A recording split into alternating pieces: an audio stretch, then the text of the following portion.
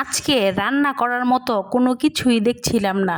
তো সকালবেলা উঠে আসলে প্রত্যেকটা মেয়েরই একটা কাজ থাকে, সেইটা হচ্ছে কি রান্না করব, কি রান্না করব। তো সেইটা চিন্তা করতে করতে এই ঘরে যেহেতু কিছুই নাই, তো বাহিরে গিয়ে দেখলাম যে আমাদের কিছু বাগান ছিল, তো সেইখানে পুঁই শাক ছিল। তো সেই পুঁই শাকই চিন্তা করলাম আজকে রান্না করে ফেলি।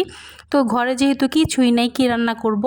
তো অনেক সময় দেখা যায় ঘরে যখন কিছু না থাকে তখন আলু ভর্তা বা ডাল এই সব রান্না করে রেখে দেই। তো আজকে চিন্তা করলাম যেহেতু ঘরে কিছু নাই, তারপরেও যেটা হোক একটা কিছু ব্যবস্থা করে রান্না করবই করব। তো সেই জন্য আসলে বাহির থেকে পুঁই শাক ছিল, পুঁই শাক আসলে নিজেদের আসলে করা হয়েছিল, সেইখান থেকে নিয়ে আসা হয়েছে। তো তারপরে কিন্তু ঘরে দেখলাম পাঙ্গাস মাছ আছে, তো আজকে চিন্তা করলাম পুঁই শাক দিয়ে পাঙ্গাস মাছই রান্না করে ফেলি। তো যেই কথা সেই কাজ। তো হ্যালো এভরিওয়ান, আসসালামু আলাইকুম। যেখান থেকে আমার ভিডিওটি দেখছেন আশা করি আপনারা অনেক ভালো আছেন। তো আজকের ব্লগটি শেয়ার করতেছি আমি আমার একদম ছাদের ফ্রেশ পুঁই শাক দিয়ে আর কি। তো পুঁই শাক আর আলু দিয়ে আজকে আমি রান্না করতেছি পাঙ্গাস মাছ। তো ফার্স্টে আমি পুঁই শাকগুলো সুন্দরভাবে কেটে ধুয়ে নিয়েছি, সাথে আলু দিয়ে দিয়েছি। আর প্রথমেই কিন্তু এই মাছটাকে খুব ভালোভাবে কষিয়ে নিয়েছি। তো মাছটা আজকে আমি ভেজে রান্না করি নাই, মাছটা আমি কষিয়ে রান্না করতেছি। আর কষিয়ে রান্না করলে সেইটাও কিন্তু খেতে অনেক ভালো লাগে।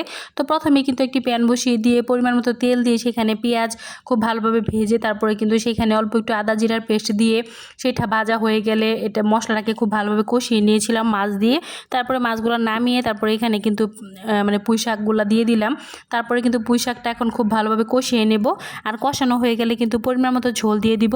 আর যখন ঝোলটা বলক চলে আসবে তখন উপরে থেকে মাছগুলো দিয়ে দিব আর তারপরে ঢাকনা দিয়ে 10 থেকে 15 মিনিট রান্না করব। তাহলে কিন্তু আমার ঝটপট তরকারিটা রান্না হয়ে যাবে।